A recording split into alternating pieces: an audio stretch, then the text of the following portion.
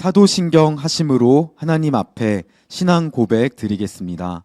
전능하사 천지를 만드신 하나님 아버지를 내가 믿사오며 그 외아들 우리 주 예수 그리스도를 믿사오니 이는 성령으로 잉태하사 동정녀 마리아에게 낳으시고 본디오 빌라도에게 고난을 받으사 십자가에 못 박혀 죽으시고 장사한 지 사흘 만에 죽은 자 가운데서 다시 살아나시며 하늘에 오르사 전능하신 하나님 우편에 앉아 계시다가 저리로서 산자와 죽은 자를 심판하러 오시니라.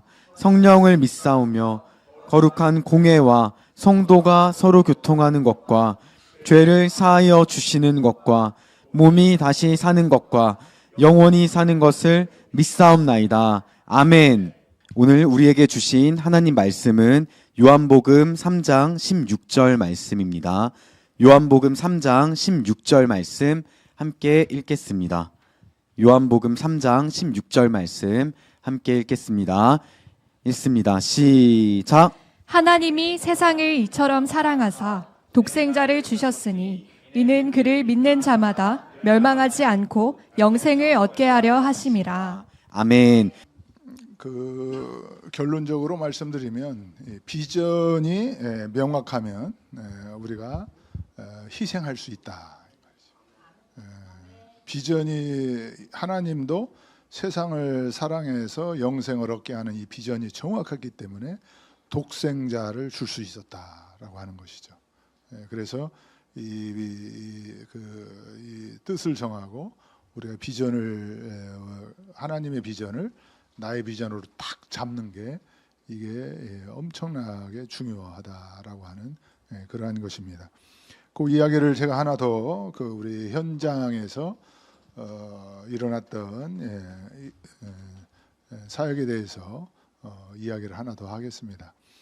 우리 메소이라고 하는 지역에 저는 이제 태국에 총 77개의 도가 있는데 77개의 도 중에서 가장 북쪽에 있는 도가 치앙라이라고 하는, 그래서 치앙라이는 미얀마와 라오스가 국경지대가 붙어 있고 메콩강을 조금 지나면 이제 중국이랑 연결되어지는 그러한 곳입니다. 그리고 태국은 7천만 명의 인구가 있고 기독교가 태국에 들어온 지는 199년 됐습니다. 그래서 우리 한국보다 60년이 먼저 복음이 들어왔죠. 그런데 비해서 기독교 인구는 0.6%, 0.7%라고 합니다. 그러니까 아직 1%가 되지 않죠. 그러니까 99% 이상이 아직도 하나님의 사랑, 하나님이 그 99%를 태국 사람을 사랑하사 독생자를 주셨다라고 하는 것을 모르는 거죠. 그러니까 우리가 믿음의 이거를 모른다고? 우리는 그 사랑을 받아가지고 이렇게 살고 있는데, 그러니까 그런 눈으로 보게 되면 불쌍하게 보이는 거예요. 불쌍하게 보이니까 살리고 싶다는 비전이 생기는 거죠. 저 사람들 살아났으면 좋겠다. 저 사람들 정말 하나님의 이렇게 연결이 되는 겁니다. 그런 것이 비전이 정확하게 지면은 이제 하나님이 세상을 사랑하사 독생자를 주셨듯이 우리들도 우리의 독생자, 나의 독생자를 줄 수가 있는 거죠. 세상을 사랑하고 세상을 살리기 위해서. 그리고 이 태국은 이제 혼합주의, 이제 불교와 더불어서 미신, 샤머니즘, 조상신, 그 다음에 왕, 이 스님, 고승들 이런 거랑 다 합해서 쉽게 말하면은 귀신의 나라, 귀신의 통치와 지배를 받는 나라다. 이렇게 여러분들이 보시면 됩니다. 그래서 이 하나님이 다스리는 방법, 아까 창세기 하나님이 다스리는데 하나님이 우리에게 다스리라고 했잖아요. 다스린다는 게 뭐예요? 사랑하라고 했잖아요. 하나님은 다스리는 게 사랑입니다. 근데 귀신의 다스리는 방법은 뭐겠어요? 두려움과 공포예요. 여러분, 귀신이 당신을 사랑합니다. 그럼 어때? 끔찍하죠? 귀신은 사랑이 없는 거죠. 귀신은 공포만 해요. 하나님이 당신을 사랑합니다 하면은 좋은데 왜? 하나님은 사랑이시기 때문에, 우리가 사랑이기 때문에 그게 이제 이 DNA가 있어서 그거에 대한 부담감은 없는 거예요. 그걸 안 믿어도 그런가 보다라고는 생각을 하는데 귀신이 당신을 사랑합니다라고 하면 이게 뭔가 조금 귀신은 어떻게 우리를 사랑하느냐, 우리를 꼼짝 못하게 해요. 우리를 속박시키고 자유 없게 하고 우리를 죄 속에다 가둬놓는 거죠. 그래서 귀신을 섬기는 사람들은 웃음이 없어요. 늘 두려워요. 내가 뭐를 잘못하면 귀신이 가는 데마다 다 있어요. 그래서 이거를 하면은 뭐 할까 해서 이런 부분들 때문에, 그래서 이 태국을 그러한 눈으로, 우리가 믿음의 눈으로 저는 태국 선교사니까 태국 이야기를 하게 되면은 바로 이러한 나라. 그러니까 99% 이상이 아직도 하나님의 사랑을 모르고, 복음의 역사는 우리나라보다 60년이 멀어서 내년이면 200주년입니다. 내년이면 태국의 복음의 기독교 역사가, 우리나라는 내년에 한 140년 정도 되잖아요. 그런 것처럼 이 불쌍한 그러한 나라가 바로 이 태국이라고 하는 그러한 것이죠. 옛날에는 에이즈도 엄청나 많고, 동성연애자, 성전환 수술자, 뭐 이런 매춘 이런 거에 거기는 그 대마초도 합법화돼 있고, 지금 현재 이런 식으로 하여간 태국을 우리가 그냥 관광은 하기는 좋은 나라예요. 가성비가 좋고 호텔도 싸고 먹을 거 많고 또 자연이 좋고, 이제 살기는 괜찮아요. 살기는 이런 거는 좋지만, 그러나 그런 걸 가지고 우리가 불쌍하게 보는 게 아니라 믿음의 시각으로, 믿음의 안경을 끼고 보게 되면 불쌍한 거죠. 이렇게 자연은 좋은데 하나님의 그 사랑을 모르고, 내가 어디서 왔는지 모르고, 무엇을 위해 살아야 되는지, 어디로 가고 있는지 모르고 살아가고 있다라고 하는 거죠. 이제 그 중에 이제 이 메수어이라고 하는 그 치앙라이의 메수어이라고 하는 읍내가 있는데, 그 읍내의 한태 기독교 교육센터라고 하는 곳에서 이제 제가 선교 사역을 하고 있습니다. 오늘은 이제 메수어이라고 하는 지역에서 이제 파야꼬하 이야기를 하려고 합니다. 파야꼬하라고 하는 마을은 이제 거기 메수어에는 소수민족이 많이 살고 있어요. 소수민족이 많이 살고 있는데, 파야꼬하도 이제 아주 어려운, 전기도 안 들어오고 위생적으로나 여러 가지로 열악한 지역에 제가 들어가 보니까 너무 절망스럽고 너무나 소망이 없고 너무나 흑암 속에서 이렇게 살아가는 모습을 보고 너무 불쌍히 여겨가지고, 불쌍한 마음을 하나님이 주셔서 이 사람들도 복음을 믿고 좀 살아났으면 좋겠다. 그래서 거기다가 이제 예배당을 짓고 복음을 전하려고 하는데, 그 동네에 어떤 법이 있느냐면은 외부인은 절대 못 들어오게 되어 있어요. 외부인이 들어오면은 잡아 가둡니다. 가두고 3일 만에 풀어줘요. 이게 3일 동안 갇혀 있어야 돼요. 그리고 또 어떤 법이 있느냐면은 명절 때, 신년에 이 사람들이 들어오면 2박 3일 동안 다 자기 집에서 재워주고 먹는 거 주고 다 주게 돼 있어요. 그래서 평일날은 못 들어가고 우리가 명절에 들어가야 되겠다. 왜? 명절에 가면 공짜로 다 주니까. 그래가지고 이제 명절에 한 우리가 20명이 거기 들어갔어요. 들어가가지고 막 대나무집 너무나 열악한 집에 갔는데, 그 동네에는 이 무당이 지배하는 나라예요. 무당이 지배하는 마을입니다. 그래, 무당이 9명이나 있어요. 그래, 9명이 있는데 그 중에 이제 9명 중에 왕무당이 있어요. 그래가지고 이제 누가 누구 집에서 자냐 이렇게 이제 나누는데, 자꾸 저보고 왕무당 집에서 자라는 거예요. 나는 속으로 자기 싫은데 그래, 너는 선교사니까 왕무당 집에서 자라. 그래가지고 내가 꼭 그래야 되나 그러면서 또 할 수 없이 이제 그 집에서 자는데 거기는 이제 돼지를 잡아요. 명절 때 돼지를 잡으니까 냉장고가 없고 전기가 안 들어오니까 돼지를 잡아서 이게 이렇게 해가지고 천정에다가 크리스마스 추리처럼 쭉 걸어. 그럼 피가 뚝뚝뚝 떨어져. 그 생 돼지를 갖다가 이렇게 해놓고 그 밑에서 이제 이렇게 돼지를 바라보면서 자는 거예요.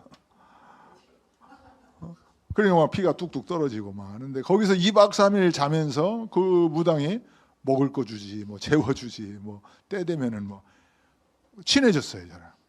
친해지면서 친구처럼 돼가지고 자기의 땅을 사면은 여기다 교회를 짓게 해주겠다고 하더라고.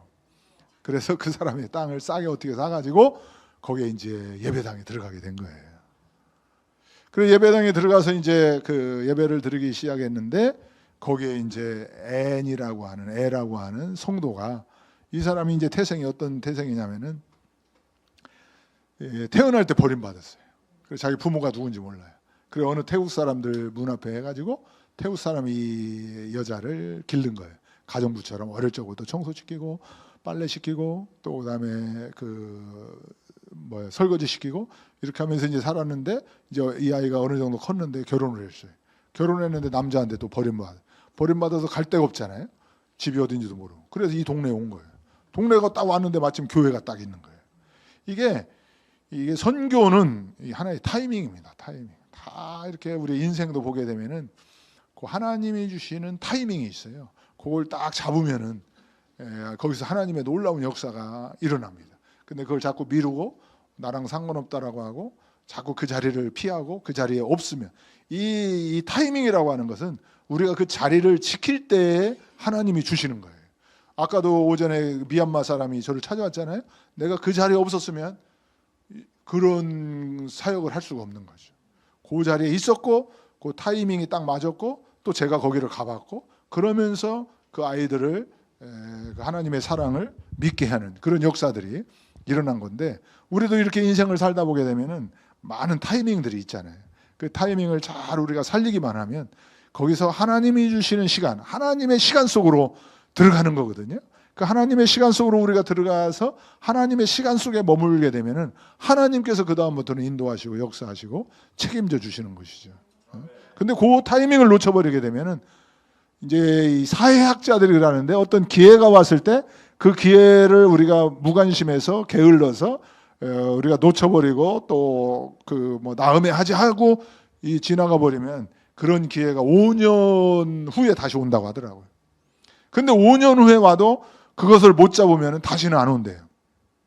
그러니까 처음 왔을 때 잡으면은 5년을 이상 버는 거고 5년 이후에 온다고 해도 그 잡는 보장이 없잖아요. 그래서 우리가 이 신앙생활, 믿음생활, 우리가 선교도 그렇고 우리의 인생살이도 그렇고 어떤 타이밍이 왔을 때 그 타이밍을 잘 잡는 게 우리 인생에 있어서 엄청나게 중요하다. 시간을 벌고 하나님의 시간 속으로 우리가 들어가는 그런 기회가 된다라고 하는 그런 것입니다. 그래서 이 마을에 이제 들어가서 그 애라고 하는 성도가 또 타이밍이 하나님께서 딱 맞춰져 가지고 그 시간에 딱 온 거예요. 그래 가지고 있을 데가 없으니까 그 옆에다가 숙소 하나 줘 가지고 있게 해 달라고. 그래서 처음 그리스도인이 된 거예요. 그 마을. 또 하나님께서 그렇게 역사하시. 근데 이제 그 마을에 어떤 아이가 있었냐면 16살 먹은 여자 아이가 있었어요. 워낙 위생적으로도 열악하고 전기도 안 들어오고 너무 집만마다 지저분하고 한데 여자아이가 정신박약아가 있었습니다. 근데 이 아이를 여자아이를 동네에 7명의 청소년이 그 성폭행을 했어요. 7명의 남자아이들이. 그래서 성폭행을 했는데 이 여자아이가 임신을 했어요. 그래 임신을 했는데 아기가 7명 남자 중에 누구 아기인지도 몰라요. 그래가지고 이제 임신을 해서 이제 한 달, 2달, 3달 해가지고 배가 불러오고 하는데 이 여자아이는 자기가 임신했는지도 잘 의식을 못해요. 근데 7달 만에 아기가 나왔어요. 아기가 나오니까 동네에서 이 아이를 기를 사람이 없고 또 누구 아이인지도 모르고 아버지도 모르고 그러니까 그 할머니 이 동네 사람들이 그 아이를 갖다가 이 애라고 하는 집 앞에 그 교회 옆에 짓고 사는 집 앞에 갖다 버렸어요. 문 앞에다. 그래가지고 이 애가 이제 문을 열고 보니까 그 7달 먹은 1kg도 안 되는 또 정신박약아에서 나온 애니까 얼마나 애가 열악하겠어요. 그래가지고 이제 그 애를 그 집 앞에다 버렸는데 딱 보니까 사람인 거예요. 사람. 고양이 새끼도 아니고 강아지도 아니고 사람이 심장만 벌떡벌떡하면서 누워 있는 거 문 앞에. 그래 그 아이를 보는 순간에 자기 생각이 나고 자기도 누군가의 집 앞에 버려져 가지고 이렇게 지금 컸는데 생각이 나고 또 복음을 듣고 그 마음에 이 아이를 내가 살려야 되겠다. 이제 비전이 생긴 거예요. 이 아이를 살리고 싶다라고. 그러니까 이 아이를 살려야 돼. 그냥 이 아이 누구지 하면서 주인 찾아가지고 막 갖다 줄 수도 있잖아요. 나는 모르겠다라고 하고 막 그 사람들한테 자꾸 차고해서 네가 알아서 해라라고 갖다 줄 수도 있잖아요. 근데 이 사람이 자기 문 앞에 있는 이 아이를 보고 이 아이를 내가 살려야 되겠다. 그 마음. 그래서 그 살려야 되겠다라고 하는 게 비전이고, 이 세상 사람들을 보면서 이 사람들 살아났으면 좋겠다. 이게 하나님의 꿈이고 하나님의 비전이에요. 이 세상 사람. 그래서 이제 그 아이를 데리고 살려야 되는데 우유도 없잖아요. 자기가 엄마도 아니고. 또 이게 살아날지 안 살아날지도 모르고 숨만 벌떡벌떡 쉬니까. 그래가지고 그 아이를 데리고 5시간이 넘는 거리를 걸어서, 그 당시에는 오토바이도 걸어서 우리 센터까지 왔어요. 우리 배수의 센터까지. 목사님도 오셨었죠. 그 센터 우리 사택에 와가지고 문을 두드리는 거예요. 그때 또 타이밍이 중요한데, 또 타이밍이 제가 거기 있었어요. 없었으면 어떻게 하는 거예요, 그 시간. 그래서 제가 있었는데 딱 나가니까 보니까 사람이에요. 그게 뭐냐 그러니까 이제 그 과정을 얘기를 하는 거예요. 그래 왜 데려왔냐 그랬더니 이 아이 살리고 싶다는 거예요. 그래 내가 이 아이 살아나겠냐? 그랬더니 하나님이 살려줄 거래요. 그 믿음이. 그래가지고 제가 인간적으로 볼 때는 이게 살아날 것 같지가 않더라고요. 그러면서 나한테 부탁하는 게 우유값을 좀 대달라. 내가 엄마가 아닌 이 아이가 커나가면 우유를 먹어야 되는데 자기는 돈이 없어서 우유값이 없으니까 우유값을 좀 도와줄 수 있냐고. 우유값 내가 대주겠다. 그리고 나더러 기도해달라고 하더라. 그래가 제가 이제 두 손으로 잡을 것도 없어요. 1kg도 안 되니까 한 손으로 잡고 기도를 해줬죠. 하나님 이 아이 살려달라고.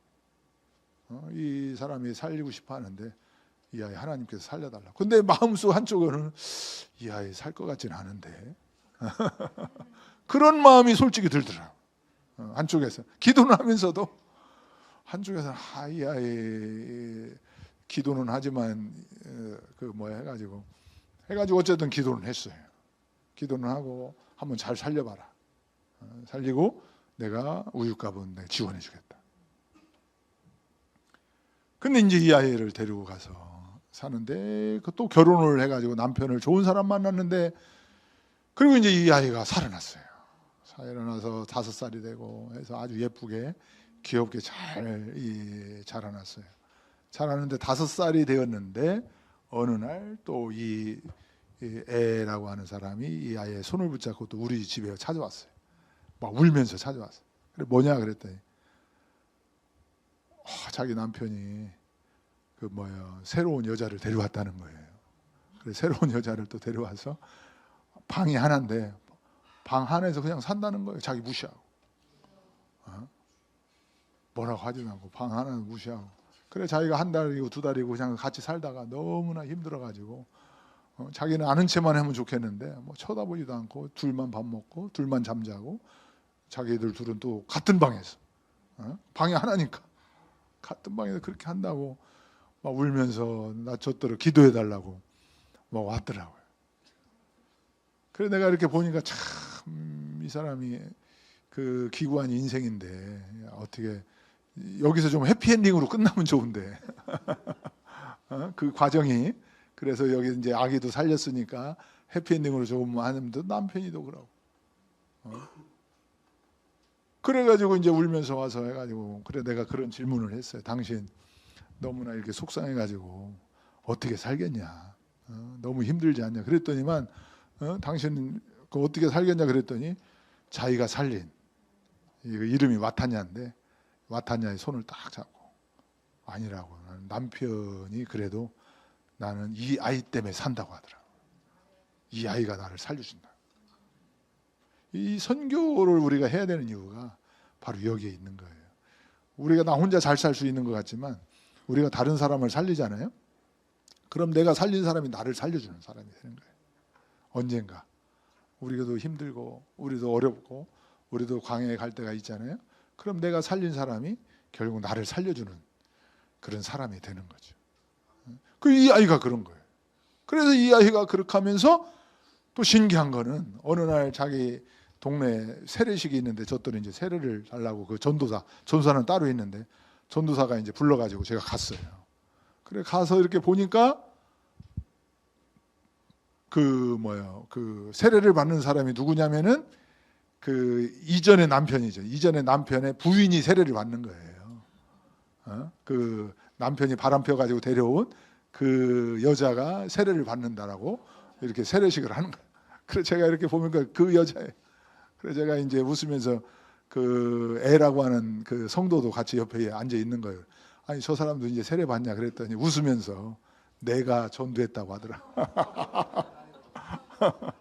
내가 전도해서 저 사람 지금 예수 믿고 이번에 세례 받는 거라. 그래 내가 야 이 사람이 겉으로 볼 때는 너무 가난하고 너무나 무식하고 너무나 아무것도 모르는 사람 같은데 야 신앙적으로 보게 되면은 자기 남편하고 바람 핀 사람을 또 전도해 가지고 예수를 믿게 해서 또 거기에 아이가 둘 나가지고 그 아이 그 전 남편의 아이를 또 안고서 세례를 받는 거예요. 그러면서 웃으면서 그 웃음이 어떤 웃음인지 미안한 웃음인지 자랑스러운 웃음인지 그건 모르겠습니다만은 웃으면서 내가 저 사람 전도했다고 하더라고요.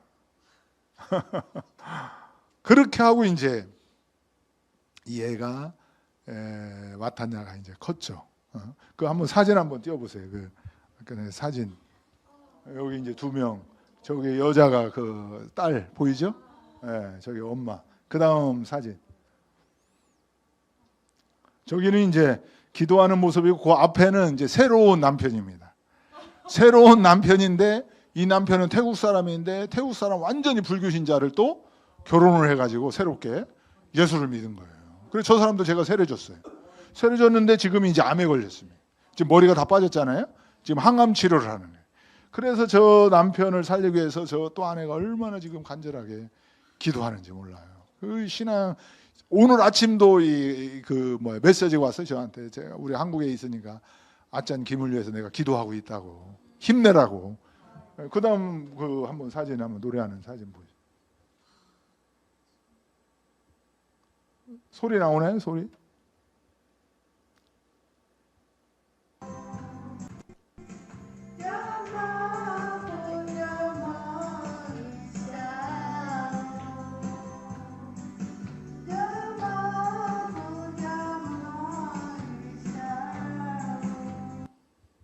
저 사람이 배운 거 없고 아무것도 모르고 태어나자마자 버림을 받은 사람이지만 하나님이 나를 사랑한다라고 하는 것을 믿음으로 말미암아서 자기가 이렇게 희생하고 자기 아기도 아닌 애를 그렇게 걸어다니고 이렇게 하면서 살리는 거예요.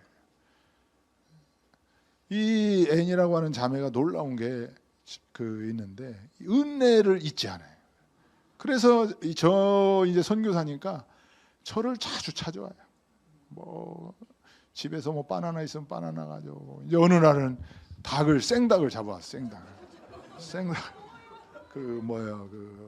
이 자루에다 넣어가지고 오늘 문을 두드려요. 그래가더니 뭐냐 그랬더니 아짠 김을 주려고 내가 이게 닭을 잡아왔다는 거예요. 나는 죽은 닭인 줄 알았더니 바닥바닥 움직여. 그래가지고 난 이제 그 사람이 그 닭을 잡으려고 3일 기다려요. 3일. 왜냐하면 이 닭 잡으려고 하는데 닭이 자기 잡을 줄 알고 나무 위로 올라간 거예요. 나무 위로 올라가가지고 꼭대기 올라가서 안 내려온다는. 그래 거기 따라 올라갈 수가 없어가지고 그 밑에서 3일 동안 기다리니까 이 닭이 배고파가지고 배고프니까 이제 3일 만에 내려오더라. 그래가지고 이제 자루에다가 담아서 이렇게 가져. 그래 제가 다시는 생닭 가져오지 마라. 우리 이거 잡을 수도 없다. 그랬는데 또 한 달 후에 2달 후에 와가지고 이것저것 고구마도 가져오고 바나나 쌀 하면은 제일 먼저 갖다 주고 또 자기 그 와타냐가 이제 학교 데리고 와요. 데리고 와서 너 아짱김 때문에 너 살았다. 인사시키. 그리고 기도받고 또 여기 새로 된 남편이 있잖아요. 남편 데려와가지고 이 아짱김이 나 살린 사람이다. 그러니까 같이 기도받자 해가지고 항상 데리고 오고 그 다음에 어느 날 이 닭을 잡아가지고 어느 날 너무 기쁘게 해가지고 간증을 하는 거예요. 내가 선교사한테 닭 한 마리 했더니 갑자기 한 달 만에 30마리가 됐다. 그래도 내가 그래도 생닭은 다시는 가져오지 마라. 그랬더니 얼마 전에는 죽은 또 오리를 가져왔더라. 마음이 기도한다고 하고 자기 어디 간다고 하고 기도해 달라고 하고 그래 제가 선교사지만 참 이 사람은 너무나 그 세상적으로 어렵고 무식하고 가난하고 아무것도 모르는, 이 글을 몰라요. 학교를 다녀본 적이 없으니까. 그래, 글을 못 읽고 하지만은 그 마음이 얼마나 귀한지. 오히려 제 선교사가 그 사람한테 위로받고 힘이 되는 거. 그래서 저 사람이, 어떤 사람들은 배반하고 어떤 사람은 너무 받기만 하려고 하고 너무 은혜에 대해서 모르고, 이런 사람이 얼마나 많은지 말이에요. 그런 사람들 보면은 너무나 실망스럽고 너무나 힘들고 너무나 어렵고 한데, 그래도 또 이런 사람이 그걸 알아주고 또 자기에 대한 은혜를 알고, 하나님에 대한 은혜를 알고 또 이 찾아오고, 그 메시지로 와가지고 내가 아짠 김을 위해서 기도한다, 또 연락 왔더라고요. 그렇게 수시로 이렇게 연락이 오는 그런 애라고 하는 그런 성도입니다. 이처럼 이분도 마찬가지예요. 이분도 이 아이를 살리고 싶다라고 하는 그 비전이 정확하니까 하나님의 때가 되니, 하나님의 시간이 돼요. 그러니까 결국 누가 살려준 거예요? 하나님이 살려주는 거예요. 하나님이 이 사람 저 사람 해서 기도해 주게 하고 공급해 주게 하고, 그래서 이 사람도 살고 또 다른 사람도 살리고, 심지어는 선교사까지 위로와 힘과 격려를. 그래도 다른 사람 100명 중에서 99명 다 모른다 할지라도 그래도 이 한 사람 그래도 알지 않냐, 그런 그 힘을 가지고, 그런 격려의 그런 것을 가지고 또 선교사 일을 할 수가 있다라고 하는 것이죠. 그래서 우리가 이렇게 복음에 대한 이 그 생명에 대한 영생에 대한 분명한 비전이 있으면, 비전이 명확하면, 뜻이 명확하면, 뜻이 정확하게 정해지면, 그 다음부터 희생, 우리가 감당할 수 있는 그러한 능력, 그러한 힘, 그러한 상황, 그것을 하나님께서 공급해 주신다라고 하는 이 사실을 여러분들도 믿으시기를 바랍니다. 그래야 우리가 얼마든지 내가 어떻게 독생자 줄 수 있지? 거기서부터 생각하면은 답이 안 나와요. 먼저 우리는 비전이 정확해요. 명확해요. 그러면은 독생자, 나의 독생자, 무엇인지 모르지만 하나님이 독생자를 주셨듯이 우리들도 나의 독생자를 세상 사람들 살려내기 위하여 줄 수 있게 된다는 그러한 말이죠. 그래서 우리가 이 세상 사람들, 우리 복음을 믿게 하기 위하여 좀 예수 그리스도 하나님의 세상을 사랑하사 독생자를 주셨다라고 하는 것을 믿게 하기 위하여 정말로 나는, 우리 다니엘 비전교회는 무엇을 줄 수 있을까? 이제 그런 부분들을 우리가 얼마든지 생각할 수가 있다라고 하는 것입니다. 그래서 여러분들도 하나님이 독생자를 주신 것처럼, 그래서 이 세상을 사랑해서 이 세상에 살아난 것처럼 우리들도 정말로 비전이 정확하고 뜻을 정해서 이 비전이 정확한 그러한 은혜가 있으시기를 바랍니다. 마지막으로 한 가지 얘기 더 하고 마치도록 그렇게 하겠습니다. 그 호에이 킬렉 이야기인데, 여기도 이제 마찬가지로 복음 전하기가 엄청나게 어려운 아카족 마을입니다. 아카족 마을인데, 이 마을에도 복음을 전하기 위해서 제가 몇 번 찾아갔지만 그 사람들이 반대했어요. 근데 어느 날 저도 이제 지금은 안 되겠다. 왜냐하면 몇 번 시도를 했다가 너무 침 뱉고 돌멩이 던지고 욕하고 막 뭐 하려고 하면 못하게 하고 막 시비 걸고 막 이렇게 해서 도저히 안 되겠다라고 해서 거의 마음에 일단은 그 정리를 하고 나중에 언제 기회가 되면은 하든지 해야 되겠다 했는데, 그것도 또 하나님의 때에 하나님이 그 마을 사람들을 20명을 갑자기 우리 센터를 찾아왔어요. 그때 이제 제가 마침 그 자리에 있었습니다. 그러니까 우리가 자리를 지키는 게 중요합니다. 우리가 살아가면서 우리가 하나님께서 우리에게 은혜를 주실 때도 뭘 주고 싶은데 이 자리에 없으면은 못 주잖아요. 뭐 이렇게 불러서 시키고 싶은데 그 자리에 없으면 다른 사람 부르잖아요. 목사님도 그렇죠. 뭐 이거 좀 좋은 일을 시키고 싶은데 얘가 여기 앉아 있었는데 금방 어디로 가버렸네. 그러면은 그럼 너 해라. 다른 사람. 요게 이제 타이밍이에요. 그래서 이제 그때도 마찬가지로 20명이 사람이 왔는데 제가 그 자리에 있었어요. 그래서 와가지고 이 사람들이 찾아줘서 깜짝 놀랐어요. 왜냐하면 그동안 너무 안 좋게 이 사람들이 저한테 했기 때문에. 근데 그날은 좀 태도가 좀 다르더라고요. 그래 와가지고 저한테 하느님 왜 찾아왔냐고 하니까 부탁이 있어서 왔대요. 그래 무슨 부탁이냐 그랬더니 그 해에 마침 그 흉년이 들었어요. 흉년. 비가 안 왔어요. 그러니까 이 사람들이 이제 물을 쓰는데 물을 산에서 이렇게 PVC 파이프로 하는데 못 쓰니까 더 10km 정도 더 깊게 PVC 파이프를 박아야 가뭄 때 물을 쓸 수 있는 거예요. 그러니 산속에서 물이 없으면 안 되잖아요. 그러니까 이제 그 물을 쓸 수 있는 PVC를 살 수 있도록 돈을 또 저에게 요구를 하는 거예요. 그래가지고 제가 그 당시에 돈을 한 60만 원 됐어요. 그래가지고 그걸 요청하길래 속으로 이거 하나님이 주시는 타이밍이다. 이제 그거를 제가 감정적으로 하게 되면은 너희들 나한테 그렇게 돌 던지더니만 지금 너희들 필요하니까 나한테 부탁해. 할 수 없다. 하나님의 선교는 안 이루어지는 거죠. 하나님의 선교는 그렇게 해서 절대 안 이루어집니다. 이 감정적으로 대하면 안 돼요. 항상 그 초월해요. 초월.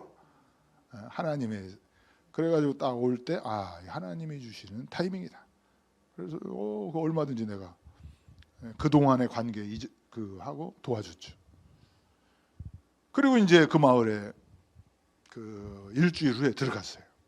그래 일주일에 들어갔더니만 이전하고는 태도가 달라진 거예요. 도움을 받으니까 이전에는 막 돌멩이 던지고 왜 왔냐고 눈을 시뻘겋게 뜨고 막 뭐라고 막 자기 종족말로 욕하고 막 이렇게 하더니 어서 오시라고 막 하더니 그 이장집에 추장집에서 밥을 해놨다는 거예요.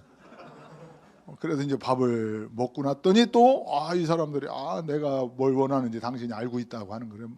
그러더니 교회를 짓고 싶지 않냐 예배당을. 그러면서 자기들이 또 땅도 다 준비해놨다는 거예요. 그래 저는 이 사람들이 너무나 기특하다, 너무나 훌륭하다 생각하고 땅까지 준비해놨. 그래 거기 가본 거예요. 그래 가봤더니 완전히 절벽인데 그 교회를 못 짓는 데다가 여기다가 교회를 지라는 거예요. 그래가지고 제가 여기는 이렇게 절벽인데 어떻게 예배당을 짓냐, 다른 땅 없냐 그랬더니 안 된다는 거예요. 다른 땅은 귀신이 노해가지고 여기다만 반드시 지려면 지고 말라면 말아 이 말이죠. 그래가지고 거기다가 이제 지혜를 주셔서 그때 가보셨죠? 여기 이제 호예길 나무로 바닥 나무로 하고 이 벽도 나무로 하고 그렇게 해가지고 좀 유격이 있어도 괜찮게 이쪽은 기둥을 크게 이렇게 하고 중간 기둥하고 땅이랑 붙이고 해서 판판하게 해서 이제 정말로 처음에는 교회를 못 질 것 같았는데 저도 여기다 교회 어떻게 짓지 했는데 하나님이 또 지혜를 주시고 뜻이 있으면 길이 있는 거예요. 그래가지고 거기다가 이제 예배당을 지니까 이 사람들이 못 질 줄 아는데 갑자기 예배당을 지니까 깜짝 놀래더라고요. 그 예배당이 중요해요. 예배당이 젖으니까 거기서 하나님을 예배하게 되잖아요. 찬양하게 되잖아요. 이 공간이 중요합니다. 공간. 우리가 어느 공간에 있느냐. 하나님이 그래서 우리가 하나님이 세상을 사랑했다 이것도 마찬가지예요. 하나님의 사랑의 공간을 나에게 가두면 안 되는 거예요. 하나님이 나를 사랑했다, 나만 사랑했다 이런 식으로 나에게 집중이 돼가지고 하나님의 사랑을 내 안에 가둬버리게 되면은 그 하나님의 그 크신 사랑이 내 안에서 있는 거예요. 그러니까 일어날 일이 별로 없어요. 내 안에서. 근데 하나님이 세상을 사랑했다 라고 하면 하나님의 사랑의 공간이 세상이에요. 세상. 그러니까 우리를 통해서 사랑하는 하나님의 사랑의 공간이 훨씬 더 넓어지는 거죠. 그러니까 이 하나님의 사랑을 자꾸 내 안에 가두려고 하지 말고 하나님이 세상을 사랑했다 이 말을 여러분들 꼭 잊지 마시고 세상을 향해서 하나님의 사랑을 자꾸 빛과 소금의 역할을 우리가 해야 되는 거예요. 그래야만 이 사랑이 더 확장되어지고 더 지속되어지고 더 넓어지고 더 이 세상 모든 사람에게 하나님의 사랑에 계속 이거를 하나님은 너무나 기뻐하시는 거예요. 근데 자꾸 하나님의 사랑을 나만 사랑했다, 너 사랑했다 우리 속에 가둬버리게 되면은 하나님의 사랑의 공간이 너무 좁아지는 거예요. 하나님의 사랑은 너무나 큰데 마찬가지로 예배당이 생기니까 거기서 이제 예배하게 돼요. 기도하게 돼요.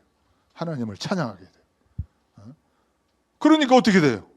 하나님의 임재하심, 하나님의 역사하심, 하나님이 예배 받으시고 하나님이 영광 받으시고 그 하나님의 임재함이 이제 나타나는 거예요. 그래서 이렇게 예배당이 중요한 거예요. 그 공간이 그래서 중요한 겁니다. 물론 우리가 어디서나 예배할 수 있지만 그래도 우리가 이렇게 함께 모여서 함께 예배하는 이런 공간, 예배 공간이 중요한 것이죠. 이거 하나님이 역사는. 하나님이 성령님이 어디에 역사했어요? 마가의 다락방 그 공간에 임재하셨잖아요. 각자 흩어져 있을 때 한 게 아니라 우리가 모일 때 교회가 바로 에클레시아 이 모임 아니에요. 믿는 자들의 모임. 우리가 이렇게 모여 있는 게 에클레시아. 이게 바로 이 교회죠. 그리스도의 몸된 교회죠. 그래서 우리가 이렇게 뭐 예배를 하니까 정말로 하나님의 임재하심이 나타나고 하나님 그동안에는 귀신의 역사, 귀신의 통치, 귀신에 대한 두려움, 그다음 귀신에 대한 공포, 무서움 속에서 이 사람들이 다 살기에 가득 차고 눈은 시뻘건하고 피부도 시뻘건하고 흙도 시뻘건하고 다 시뻘건한 이런 사람들이 한 사람 한 사람 이 동네가 어떤 동네였어요? 쌍둥이 나면 죽이는 동네. 저도 8명 내 쌍둥이 나면은 쌀 그 물에다 불 꺼가지고 그걸 입 막고 코 막고 눈 막고 귀 막고 이런 구멍은 다 막아요. 그래서 숨을 못 쉬게 해서 죽이는 거예요. 왜? 귀신이 두려우니. 그리고 육손, 육발, 6개 발가락, 6개 손가락 나는 사람 가끔 있잖아요. 이것도 재수 없다. 죽이고. 그 동네 법이에요. 그 다음에 돼지도 거기는 돼지를 이런 움막에다 키우는 게 아니라 나무개예요. 돼지가 온통 돼지똥이에요. 예, 길거리가. 그 당시에는. 근데 돼지가 어느 날 이 새끼를 낳잖아요. 새끼를 낳는데 집에서 새끼 나면은 다 죽여버려요. 어디 산속에서 새끼를 낳아가지고 데리고 오야 돼요. 그게 법이라는 거예요. 아니 돼지가 집에서 날 수도 있고 밖에서 날 수도 있고 어디서든지 새끼 낳게 되면 남는 거지. 근데 이게 그들의 법이라는. 그리고 그 문 이것도 금방 지나. 또 그 사람 화로도 막 뛰어다니면 안 돼요. 못 박는 거. 야, 이게 모든 게 다 금지돼요. 그러니까 사람들이 그 생기가 없는 거예요. 살아가는 웃음이 없어요. 기쁨이 없어요. 늘 두려움으로만 가득 차 있는 그런 절망과 죽음과 사망의 속박 속에서 살아가는. 자, 이것을 우리가 바라볼 수 있는 영적인 믿음의 눈이 필요한 거예요. 그래야 그들을 살리고자 하는 마음이 생기는 거죠. 그러면은 그 마음이 생기면은 그때부터는 하나님의 역사함이 나타나는 거예요. 우리가 하나님의 비전을 내가 이루는 게 아니에요. 그 비전을 품었다고 내가 이루는 게 아니에요. 하나님이 이루게끔 해주시는 거예요. 희생도 마찬가지예요. 우리가 어떻게 그런 희생을 해요? 독생자를 어떻게 줄 수? 근데 하나님이 때가 되면은 희생하게끔 하는 거예요. 그러던 마을이 예배가 있고 기도가 있고 하나님을 찬양하게 되고 하나님의 임재가 나타나니 여기에 하나님의 역사가 나타나고 1명, 2명, 3명 이렇게 해서 100명 이상 예수 믿는 사람이 생긴 거예요. 놀라운 거죠. 그러던 어느 날 이제 추수감사 예배 드리고 제가 이제 거기 같이 성도들이랑 밥을 먹는데 그 40년 된 무당이 있어요. 40년 된 무당. 덩치 저만해요. 그 사람이 저기 문에서 저벅저벅 거기는 나무로 돼 있어가지고 누가 이렇게 걸어오면은 출렁출렁해요. 지금도. 그래서 출렁출렁 하는데 누가 막 출렁출렁이 심하게 느껴지더라고. 그래서 누가 오나 이렇게 쳐다보니까 그 무당이. 그리고 그 사람이 그렇게 핍박하던 사람이 그 사람이 막 오더니만 이 사람이 무슨 시비 걸려고 왔나?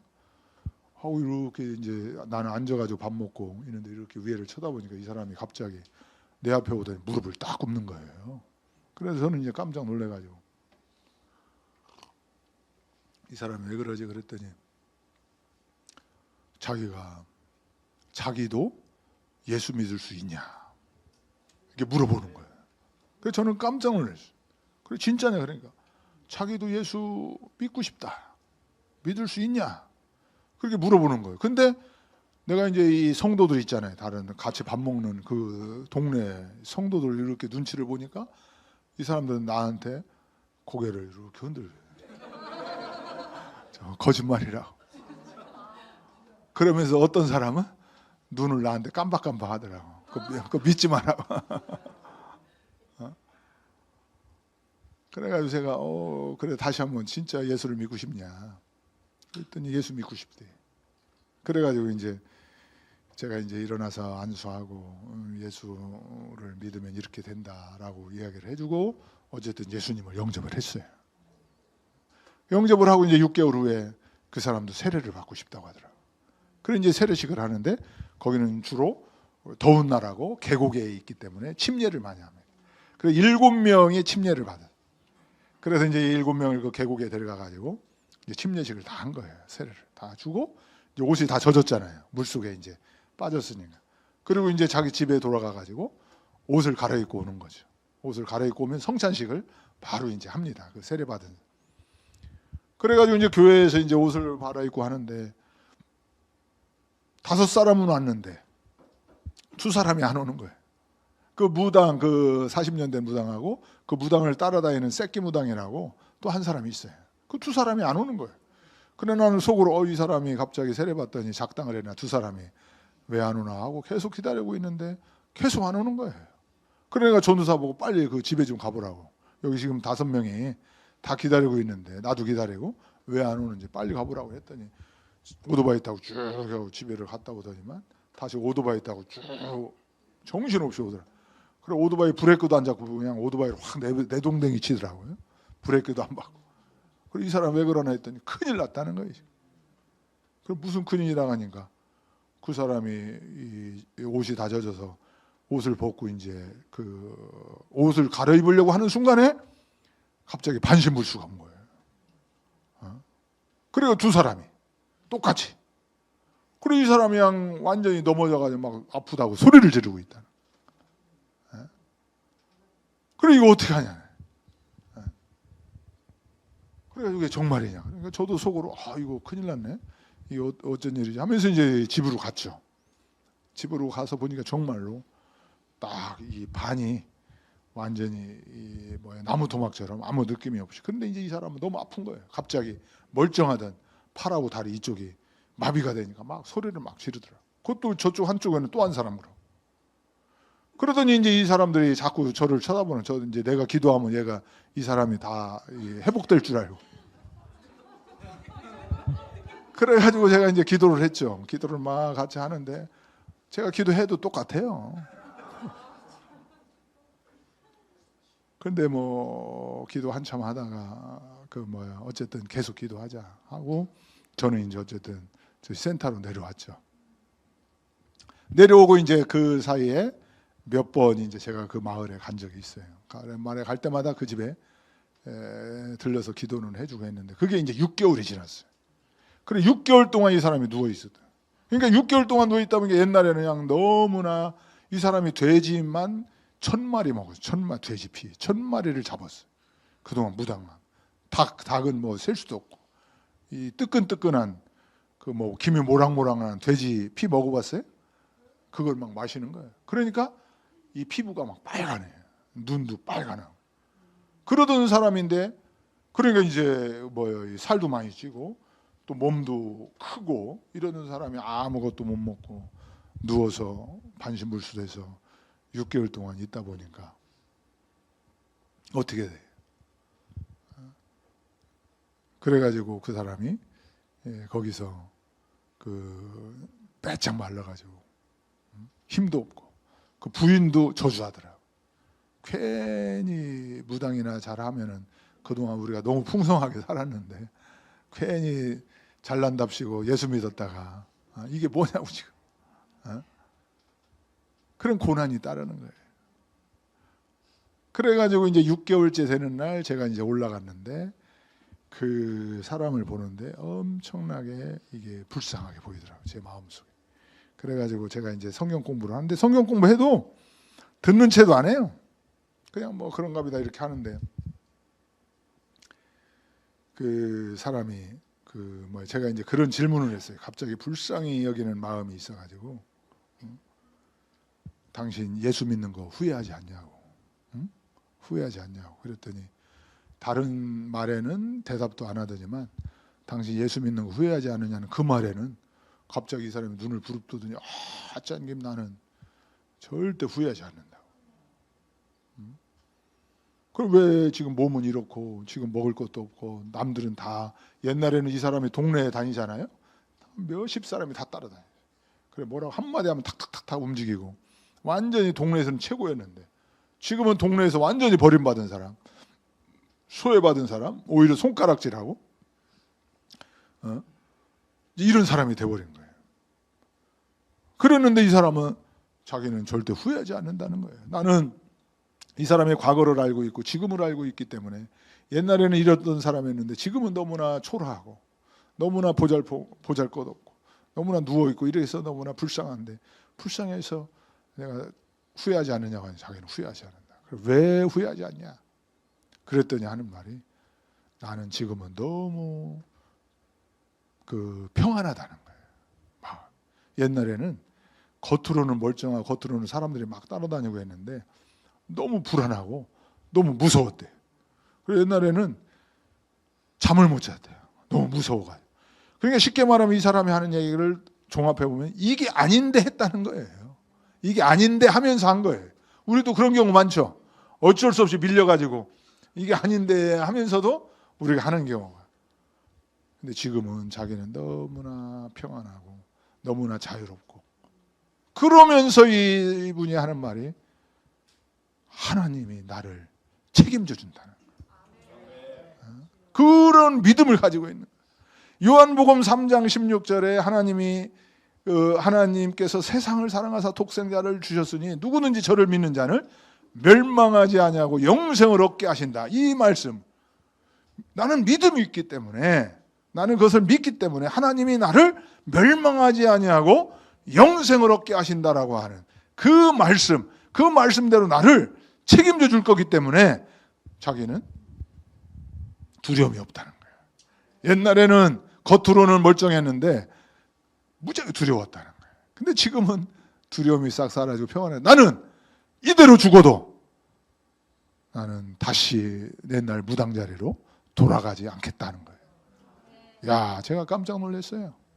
그 고백을 듣는 순간. 야, 이 사람이 무당은 진짜 무당이었는가 보다. 그런 생각. 이 영적인 그런 이게 이제 복음이거든요. 복음의 핵심. 여러분들 한번 따라서 한번 해보시죠. 나는 죽음으로부터 자유하다. 나는 죄로부터 자유하다. 나는 멸망으로부터 자유하다. 여러분, 우리 사람이 가장 두려워하고 가장 무서워하는 게 뭐냐면 죄와 죽음입니다. 누구나 공통적이에요.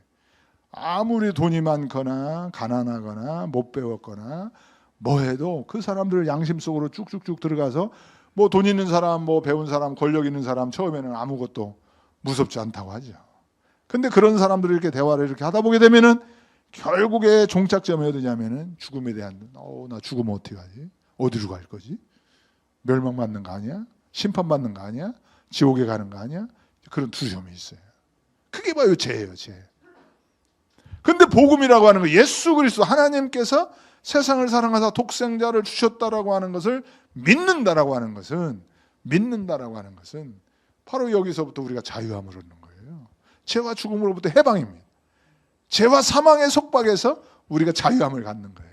이것이 바로 복음의 능력이라고 하는 거죠. 그래서 이 사람이 거기서 그렇게 누워 있으면서 나는 예수를 믿고 이 요한복음 3장 16절처럼 영생을 얻기 때문에 하나님이 나를 분명하게 책임져 주실 것이기 때문에 나는 두려움이 없다는 거예요. 오히려 옛날에는 두려웠는데 무당을 그래가지고 내가 너무 감사해서 정말로 예수를 믿는 것이 바로 이런 것이구나. 이것이 바로 복음이구나. 이렇게 하고 이제 내려왔어요. 너무 감사해. 내려왔는데 이제 그 다음 날 어떤 일이 일어나는지 아세요? 이 전도사가 갑자기 우리 센터로 오토바이 타고 우두둑 내려온 거예요. 그래가지고 우리 동네 지금 큰일 났다는 거예요. 그래 또 무슨 큰일 났냐 그랬더니 갑자기 이 무당이 하루 만에 벌떡 일어나가지고 지금 교회에 와 있다는 거예요. 교회 와서 지금 자기 성찬식 안 했으니 성찬식을 해달라는 거예요. 그래가지고 정말이냐니까 정말이라는. 저도 안 믿겨지더라고. 왜냐면 어제 봤잖아. 어제 누워있는 거 봤잖아요. 근데 그 다음날 이런 일이, 이게 선교라고 하는 거는 이게 내가 하는 게 아니고 하나님이 하시는 것을 믿으시기 바랍니다. 그러니까 여기 이제 전체적으로 이게 선교의 복음의 이 비전과 희생과 책임이 이제 우리가 이게 이제 복음의 능력인데 이게 다 우리가 할 수 있는 영역은 하나도 없어요. 그러나 우리는 그것을 믿고 우리도 이렇게 이 세상 사람 살리고 싶다라고 하는 그런 비전이 생기면, 뜻이 정해지면 그 다음부터는 희생도 할 수가 있고 우리가 책임도 질 수가 있고 나도 책임지고 다른 사람들도 책임지고 하나님의 이 사명을 우리가 책임질 수 있는 사람이 될 수 있다는 거죠. 그게 바로 이 복음의 능력이라고 하는 그런 것입니다. 그래서 이 사람이 그 다음날 딱 가보니까 정말로 벌떡 일어나가지고 거기 와 있는 거예요. 이 동네 사람들도 너무나 깜짝 놀랬죠. 그 사진 하나, 원래 이제 성찬식 하는 사진이 하나 있었는데 여기서 보게 되면은 맨 여러분들이 볼 때는 저분들이 다 교인들인데 맨 좌측에 있는 분입니다. 저 중간에 앉아서 안경 쓴 분은 누구냐면은 그 김영동 교수님이에요. 그 장신대 선교학 교수님인데 이제 그때 한번 오셨다가 같이 사진 찍었는데 좌측에 등치 크죠? 저 사람이에요. 저 사람인데 저 사람이 아파라고 하는 사람인데 이 아파가 이제 사실은 그 사진이 있는데 이제 성찬식 하는 사진이 있어요.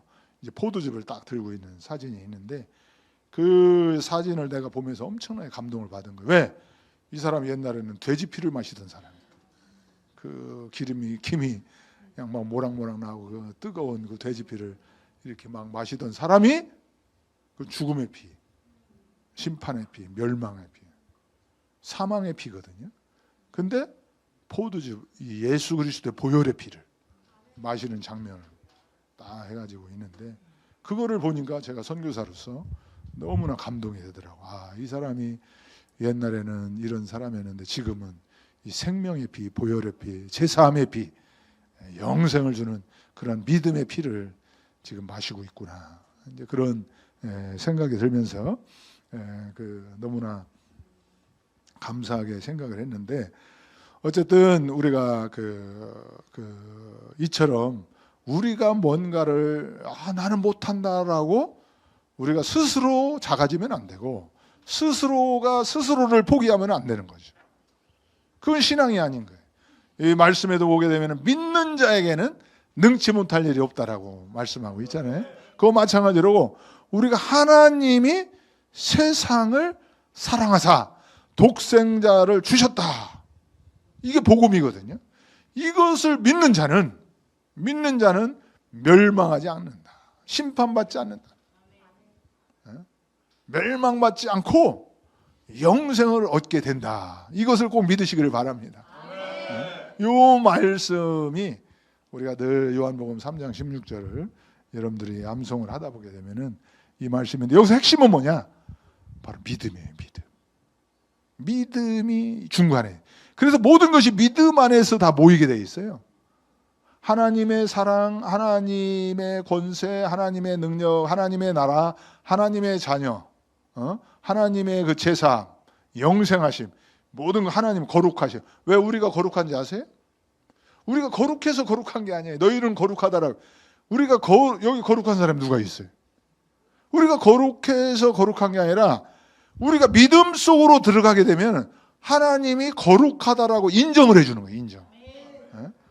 왜? 우리가 믿음 속에 있으니까. 그러니까 하나님의 것은 여기에 다 있는데 이게 어디에서 모이느냐? 믿음에서. 믿음, 우리는 여기에 있잖아요. 여기에 있는데 우리가 믿음으로 들어가게 되면은, 이것을 우리가 믿게 되면은 나는 거룩하지도 않은데 거룩해지는 거예요. 그래서 하나님이 인정해요. 나는 하나님의 자녀가 될 수 없는데 하나님의 자녀라고 하나님이 인정해 주는 거예요. 그러니까 믿음 속에서 우리가 다, 우리는 믿음을 향해서, 하나님은 이미 우리 믿음이라고 하는, 그러니까 요한복음 3장 16절에 보게 되면 믿음이라고 하는 거예요. 딱 중간에 있잖아요. 믿는 자. 이 믿음이 중요하다라고 하는 것입니다. 믿음.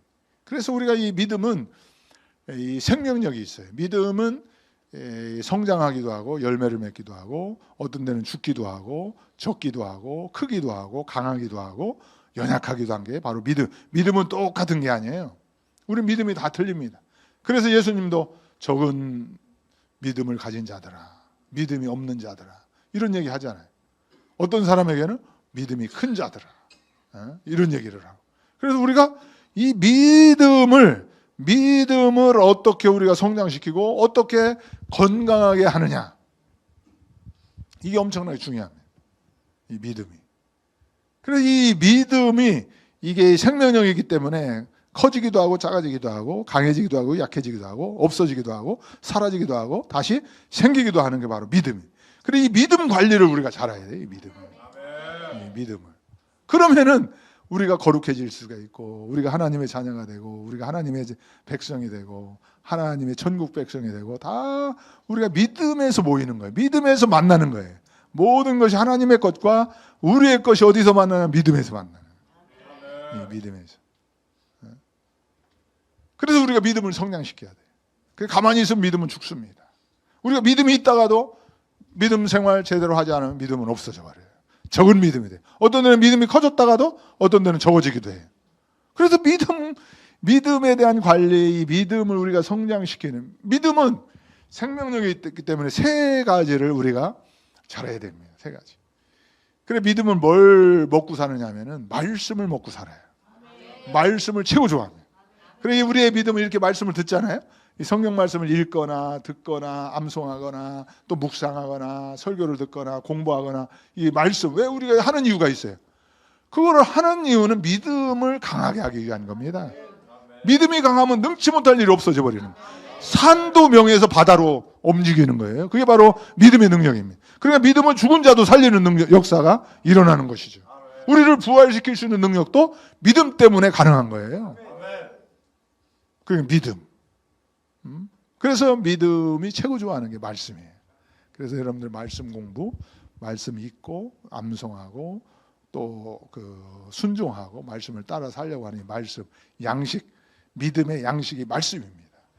우리가 안 먹으면 힘이 없잖아요. 또 두 번째로 중요한 게 있는데, 믿음이 좋아하는 게 뭐냐면 기도입니다. 기도. 왜냐하면 믿음의 호흡, 숨을 쉬어야 되잖아요. 영적인 호흡이 뭐예요? 기도잖아요. 이 기도는 하나님과 대화하는 거예요. 여러분들, 우리가 이게 숨을 쉬잖아요. 이렇게 한번 쉬어보세요. 근데 이게 숨을 쉬었는데 숨이 나갔잖아요. 날숨이라고 하죠. 나가는데 숨이 안 돌아오면 어떻게 되는 거예요?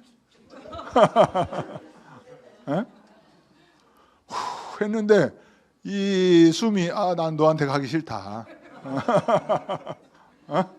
그래가지고 딴 데로 가거나 나는 이제 안 돌아오고 하나님한테로 가. 이게 죽은 거예요. 그러니까 우리는 사실은 매일 매순간 삶과 죽음 속에서 왔다 갔다 하는 거예요. 그게 이게 숨 쉬는 거예요. 이 숨을 쉬는 거는 우리가 어떤 데는 살았다, 어떤 데는 죽었다, 어떤 데는 살았다, 그 연습하는 거예요. 그거를, 그러니까 죽음에 대한 두려움을 여러분 우리가 그렇게 크게 가질 필요가 별로 없어요. 그냥 숨 쉬었는데 안 돌아왔다 생각하면 되는 거예요.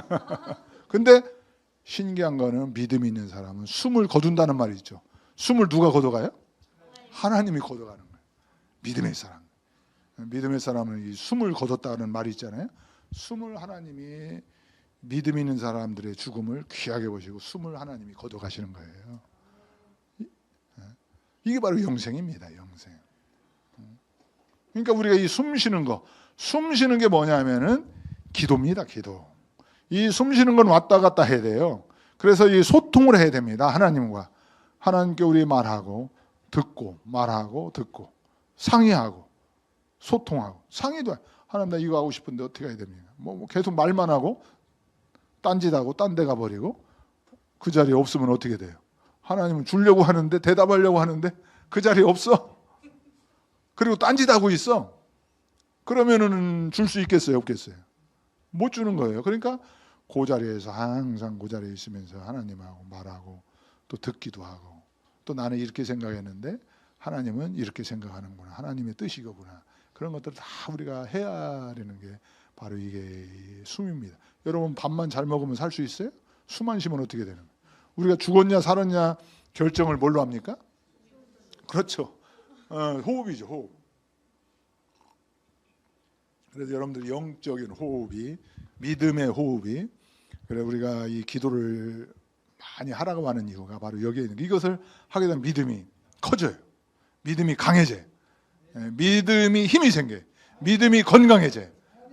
이 우리가 숨 쉬는 거 숨을 우리가 이게 간신히 숨 쉬면 아무것도 못 하죠. 걷지도 못 하잖아요. 근데 숨을 뭐 산에 오르고 팍팍 하게 되면 막 뛰는 거 뭐 이런 것도 우리가 많은 것을 할 수가 있잖아요. 그러니까 우리가 이 믿음도 마찬가지예요. 우리가 숨 쉬는 것이 힘이 있어야 돼요. 능력이 있어요. 이 숨 쉬는 거. 그게 바로 기도입니다. 기도.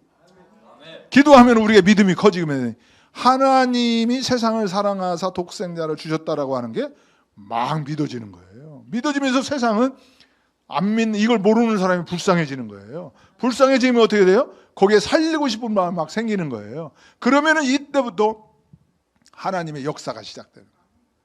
아, 네가 이제는 내 비전을 갖는구나. 내가 보는 눈과 우리가 보는 눈이 똑같은 거예요. 하나님이 세상을 보는 눈과 우리가 보는 눈이 똑같으니까 하나님이 좋아하시겠어요? 안 좋아하시겠어요? 좋아하면 계속 지원하는 거예요. 후원하는 거예요. 함께 하시는 거예요. 도와주시는 거예요. 역사해 주시는 거예요.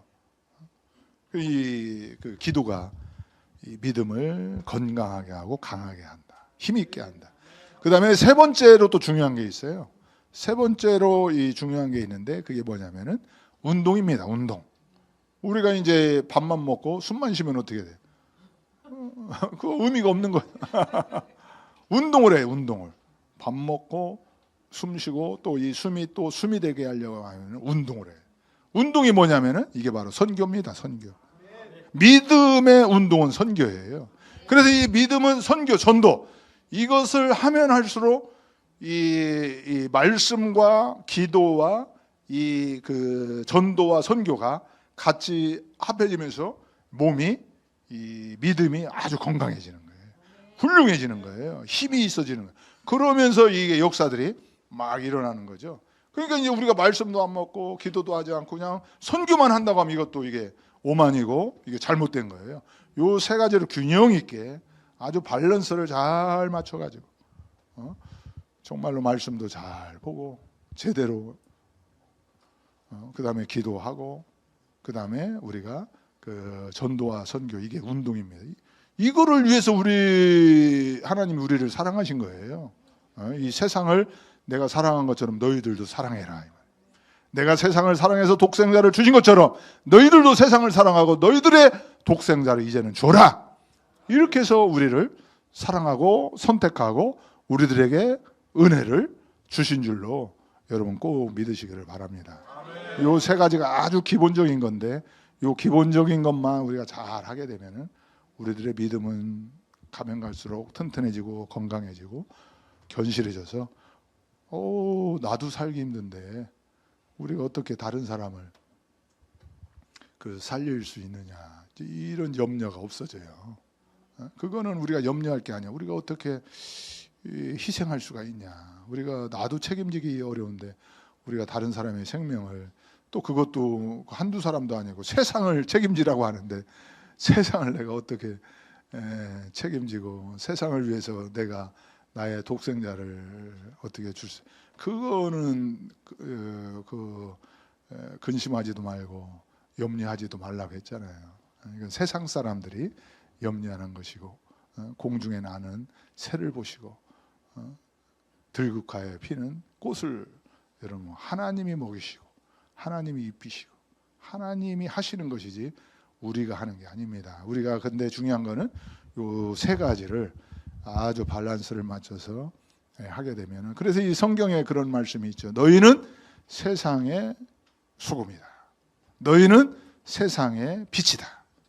이 너희는이라고 하는 말이 바로 에클레시아라고 하는 말이에요. 그러니까 쉽게 말하면은 다니엘 비전 교회는 세상의 빛이다 이 말이에요. 교회는 세상의 빛이 돼야 되고 교회는 세상의 소금이 돼야 된다 이 말이에요. 이 세상이 없는 복음, 복음이 없는 세상, 의미가 없죠. 이 세상은 복음을 반드시 필요로 하고 이 하나님의 사랑, 하나님이 세상을 사랑해서 독생자를 주신 그 사랑, 요거 이제 이 세상을 향해서 다니엘 비전교회를 이곳에 세워주신 이유는 우리끼리 잘 먹고 우리끼리 잘 살려고 하는 게 아니고 세상의 빛. 사실은 어떤 분이 그런 얘기를 하더라고요. 옛날에는 초창기에는 교회가 정말로 세상의 빛이 됐다고 하더라고요. 의료 부분, 교육 부분, 재정 부분, 경제 부분 이런 거 다 교회의 영향을 받고 교육이 발달되고 의료도 발달되고 또 모든 사회생활도 발달되고 윤리도 발달되고 다 이렇게 해서 우리가 초창기에 우리 대한민국만 봐도 이 교회가 세상의 빛이 되었고 교회가 세상의 그 소금이 되었. 그런데 지금은 그렇지를 못하다는 그렇게 하소연하는 사람이 많더라고요. 오히려 교회가 세상을 따라가고 오히려 세상이 교회의 빛이 되게 하는, 세상이 교회의 소금이 되게 하는 엉뚱한, 그리고 세상의 나쁜 풍조, 나쁜 물질주의, 만능주의, 사회 만능 이런 것들이 교회 속으로 들어와서 교회에 오히려 악의 영향을 줘버리는. 그러니까 이 세상이 오히려 교회를 삼켜버리고 교회에 나쁜 영향력을 주는 거예요. 원래는 교회가 말씀에는 세상의 빛이라고 하는데 우리가 초창기에는 그렇게 살았는데, 근데 지금은 이게 자꾸 거꾸로 가는, 거꾸로. 오히려 이 만문이즘, 물질이 주인이 되고 물질이 교회의 빛이 돼버리고 권력이 교회의 빛이 소금이 돼버리고 이거 잘못 가는 거죠. 말씀은 틀림없이 교회가 뭡니까? 에클레시아가 뭐예요? 이건 건물이 아니에요. 여러분들이에요. 여러분들 믿는 사람들, 믿는 사람들의 무리가 바로 이 교회입니다. 그러니까 여러분들 각자가 모이요. 근데 한 사람은 교회가 아니에요. 두 사람 이상이 모여야 돼요. 그래 모인 사람들이 우리가 주님의 몸된 교회의 지체의 역할을 해야 되는 거죠. 그래서 이 세상의 소금, 세상의 빛 우리가 해야 되는 거예요. 우리 여러분들이 이제 해야 되는 건데 오히려 세상 것이 이제는 교회로도 그러다 보니까 교회가 힘을 발휘하지 못하고 오히려 세상의 조롱거리가 되고 세상의 손가락질 당하는 그런 경우가 많이 있잖아요. 이게 잘못하면 거꾸로 되면 안 된다 이 말입니다. 그러면은 세상 사람들한테 어떻게 된다고 그랬어요? 소금의 역할을 못하면 밟히는 거예요. 밟혀서 없어지는 거예요. 소금의 역할을 못하면은 뭐 필요 있어요, 소금이. 그러니까 그런 우리가 그런 마인드를 가지고 이 세상에 우리 다니엘 비전교회를 세우신 이유는 이 세상과 교회, 세상과 복음, 세상과 하나님의 이 세상을 잊으면 안 돼. 잊으면 안 돼. 항상 같이 가는 거예요, 같이. 같이. 똑같이 가야지. 그냥 우리끼리 빛이고 우리끼리 소금이고 그리고 우리가 나중에 빛이 된 다음에 세상 그것도 아니에요. 동시다발적이에요. 생김과 동시에 우리는 세상을 바라봐야 돼요. 세상을 믿음의 눈으로 바라봐야 돼요. 바라보게 되면 어떻게 돼요? 불쌍하게 보이는 거예요. 아, 하나님의 사랑을 아직도 모르는구나. 그러면 우리가 비전이 생기죠. 그러면 우리가 독생자를 내놓을 수가 있게 돼요. 그러면 우리가 그들을 책임지게 되는 거예요. 그게 동시에 다발적으로 움직이는 것이지 뭐 순서대로 이렇게 해가지고 먼저 우리부터 잘하자 이게 아닙니다. 그 사람들을 아까 그 애라고 하는 성도도 아이를 키우다 보니까 아이가 결국 나를 살리잖아요. 내가 다 산 다음에 애를 키우겠다, 그게 아니에요. 내가 어리지만 부족하지만 그러나 이 사람들을 살리려고 하다 보게 되면은 나도 살아나고, 그런 다음에 우리가 어려울 때는 이 사람이 우리를 또 살려줘요. 세상이 우리를 살려주는 거예요. 네? 그러한 여러분들이 꼭 이 비전을 꼭 가지시기를 바랍니다. 그래서 하나님께서 다니엘 비전 교회를 세우신 이유가 이 장한노뿐만 아니라 세상 모든 민족을 품으시고, 태국 사람뿐만 아니라 일본 사람, 뭐 미국 사람 할 것 없어요. 정말로 하나님의 사랑을 알지 못하고 그런 사람들을 우리가 바라보게 되면 우리는 아무것도 없어도 하나님의 사랑을 믿기만 해도 그 사람들이 불쌍하게 보이는 거예요. 그러면은 모든 게 용서가 돼요. 용납이 되고 그들을 품게 되고 그들을 사랑하게 되고 그들을 어떻게 하면 살릴 수 있을까? 여기에 이제 하나님께서 역사가 시작되는 겁니다. 그래서 우리 다니엘 비전교회는 세상의 빛이다.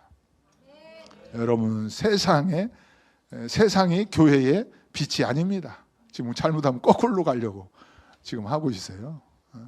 우리가 이것을 아니라고 말씀대로 우리가 해야 될 줄로 믿습니다. 우리 다니엘 비전 교회를 통해서 이루고자 하시는 그 하나님의 뜻, 하나님의 비전, 그리고 여러분들의 희생, 또 여러분들의 책임, 그 지려고 마음만 먹기 시작하면 그 다음부터 하나님이 다 도와주시는 거예요.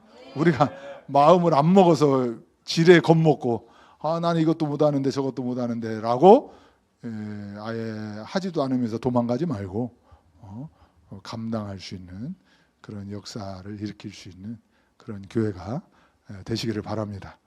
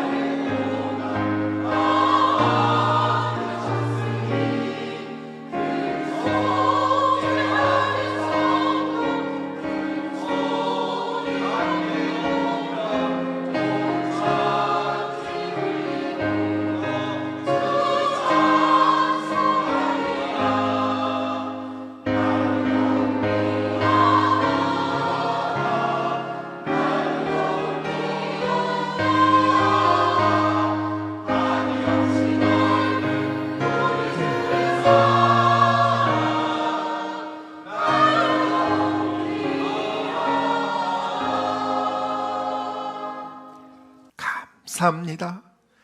우리가 살아도 주를 위하여 살고 죽어도 주를 위하여 죽나니 우리가 사나 죽으나 주의 것입니다. 하나님, 성령이 너희에게 임하시면 너희가 권능을 받고 온 예루살렘과 유대와 사마리아와 땅끝까지 이르러 내 복음의 증인이 되리라고 말씀하신 주님, 하나님 아버지, 오늘 하나님 생명의 귀한 말씀 들었습니다. 이 믿음을 생명처럼 지키며 늘 말씀과 기도와 선교와 전도로 무장하여 하나님 아버지, 하나님 이 믿음을 잘 지키며 많은 영혼을 살리는 귀한 하늘의 별과 같은 우리 귀한 자녀들, 귀한 성도들 되게 하여 주시옵소서. 하나님 아버지, 그들의 영혼육을 주님께서 주의 강한 팔로 늘 붙잡아 주시고 연약하고 아픈 곳 주님께서 다 아시오니 이 시간 치료의 광선을 부어주시어 예수의 이름으로 머리끝부터 발끝까지 깨끗하게 회복시켜 주시옵소서. 그들을 대적하고 힘들게 하는 어둠의 권세, 흑암의 권세, 악령의 역사들아, 예수 그리스도 이름으로 명하노니 결박받아 떠나갈지어다. 하나님 감사합니다. 우리 귀한 다니엘 비전교회 성도들, 오늘 귀한 생명의 말씀 들었사오니 이것을 마귀에게 빼앗기지 않고 이것을 잘 아버지 행함으로 내가 삶 속에서 이것을 꼭 실천하여 하나님을 경외하고 예리한 아버지 하나님의 의의 병기로 쓰임받게 하여 주시옵소서. 한 주간 세상을 살아갈 때 아버지, 귀한 아버지 하나님의 성도들, 하나님 그들을 아버지께서 주의 강한 팔로 붙들어 주시고 보호하여 주셔서 좌로나 우로나 치우치지 않고 오직 하나님의 말씀, 그 말씀에 순종하며 하나님 아버지 공부하는 학생들에게는 지혜를 주시고 하나님의 영광을 위하여 준비된 일꾼 되기 위하여 그 뜻과 비전을 향해 노력하고 최선을 다하게 하여 주시고 귀한 아버지 일터에서 또 각자의 아버지 처소에서 또 직장에서 아버지 한 주간 또 열심히 살고 애쓰고 힘쓸 때 주여 하늘 문을 여시사 하늘의 신령한 복과 땅의 기름진 복으로 채워주시고 사랑하는 성도들 부족함 없도록 필요한 부분들 채워주시고 이들을 영적으로 대적하고 힘들게 하는 어둠의 권세들, 악한 영들아 예수의 이름으로 명하노니 떠나갈지어다. 아버지, 이 시간 병든 자들 있습니까? 아픈 자들 있습니까? 아버지, 병든 곳에 이 시간 손을 얹어 싸우니 우리 주님께서 피 묻은 손으로 안수한 자라 하여 주셔서 예수의 이름으로 명하노니 치료될지어다. 우리 주님의 찔림과 상함을 통하여 우리는 나음을 입었습니다. 할렐루야. 하나님, 전능하신 하나님께서 늘 하나님이 주시는 은혜와 평안으로 그들의 마음과 생각을 지켜주시고 한 주간의 삶도 보호하여 주시옵소서. 지금은 우리 주 예수 그리스도의 은혜와 하나님의 사랑과 성령님의 교통하심이 오직 하나님의 말씀, 하나님의 기도, 하나님의 선교, 이 세 가지에 집중하여 한 주간 승리하며 순종하기로 다짐하고 결단한 여기 모인 우리 모두와 귀한 다니엘 비전교회 성도들, 그들의 가정과 자녀와 일터와 범사 위에 지금부터 영원토록 함께 있을지어다. 아멘.